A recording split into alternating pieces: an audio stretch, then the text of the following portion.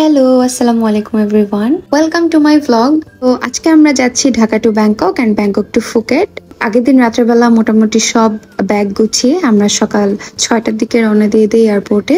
আর এই ট্রিপটা আমাদের সবার কাছে অনেক স্পেশাল, কারণ আমরা যেহেতু সব ফ্রেন্ডরা মিলে যাচ্ছি, স্পেশাল তো হবেই। এলিভেটেড এক্সপ্রেসওয়ে হওয়ার পর এখন এয়ারপোর্টে যেতে সবচেয়ে কম সময় লাগে। সো চেক ইন অ্যান্ড সব ফর্মালিটিস কমপ্লিট করে আমরা একটু লাউঞ্জে বসি, খাওয়া দাওয়া করি। সো আমরা 5 জন যাচ্ছি, আমি, Swarnali, Tashfiq, Jamil and Pias. So already আমাদের ফ্লাইটের টাইম হয়ে গিয়েছে। আমাদের ফ্লাইট মোস্ট প্রবাবলি ছিল 10:30টায়। তো ফ্লাইট একদম অন টাইম ছিল, 1 মিনিটও ডিলে হয়নি।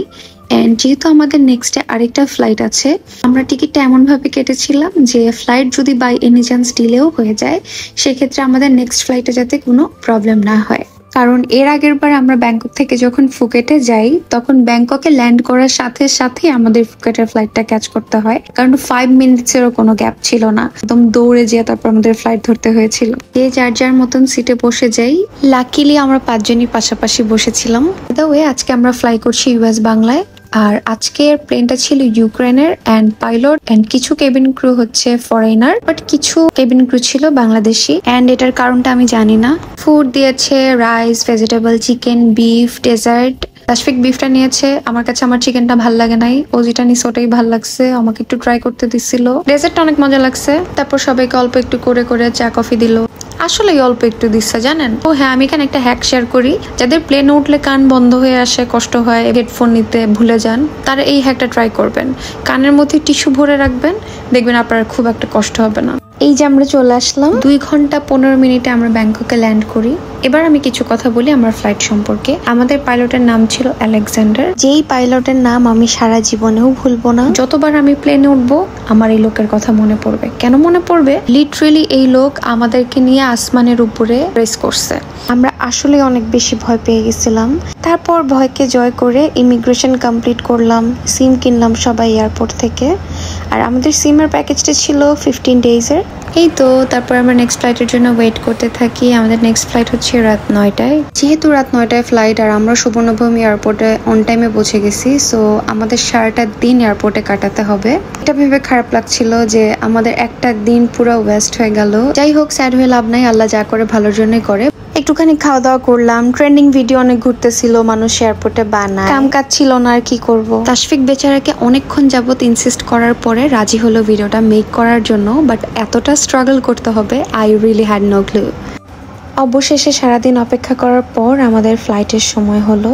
এখন আমরা ফ্লাই করছি ভিয়েতজেট এয়ারে।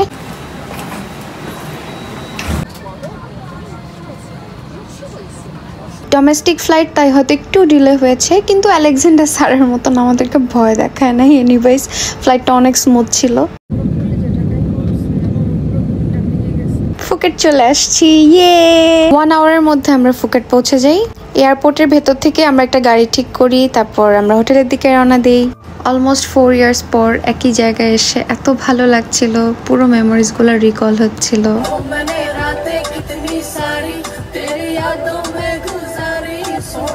গাড়িতে উঠেই সবার খুশি খুশি লাগতেছিল।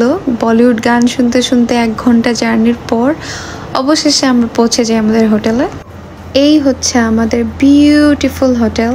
আমাদের হোটেলটার নাম হচ্ছে পাতং হেরিটেজ। হোটেলটা এত বড়, এত সুন্দর। এন্ট্রান্সটা ঢুকে মনে হচ্ছিল যে না, খুব ভালো একটা হোটেলই চুজ করেছি। এখন রুমটা ভালো হলেই হলো। আমি চেষ্টা করব একটু ডে লাইটেও হোটেলটা ঘুরে দেখানোর। সব ফর্মালিটিস কমপ্লিট করার পরে এখন আমরা রুমের দিকে যাচ্ছি। বাই দ্য ওয়ে, 1000 বাট এখানে ডিপোজিট দিতে হয়েছে। বাই এনি চান্স যদি আমরা কি হারিয়ে ফেলি, সেক্ষেত্রে তারা এই টাকাটা কেটে রাখবে। অনেক পুরনো একটা হোটেল, সো রুমটা আমাদের কাছে এভারেজ লাগছে। আর এখানে অনেকগুলো মিরর ছিল, যেটা আমার আসলে অনেক ভালো লাগছে, কারণ আমার মিরর অনেক পছন্দ। যেখানে অনেক মিরর থাকবে সেখানে আমার এমনি অনেক ভালো লাগে।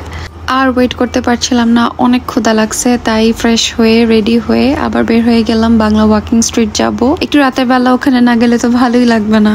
আমাদের হোটেল থেকে বাংলা ওয়াকিং স্ট্রিটে 5 মিনিটসের ওয়াকিং ডিস্টেন্স।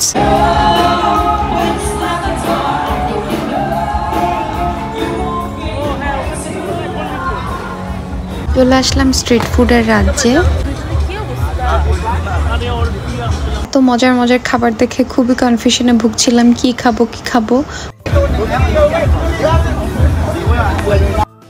ওখান থেকে আমরা বড় একটা মাছ নেই, কাঁচা মাছ, তারপরে এটা ওরা ফ্রাইটাই করে দেয়। তারপর নিয়েছিলাম সি ফুড ফ্রাইড রাইস আর প্রন টেম্পোরা, যেটা তো আমার এত পছন্দের।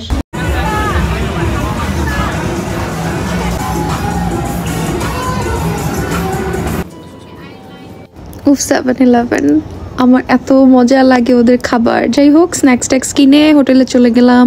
কথা হবে নেক্সট ব্লগে। টিল দেন, আল্লাহ হাফিজ, টাটা।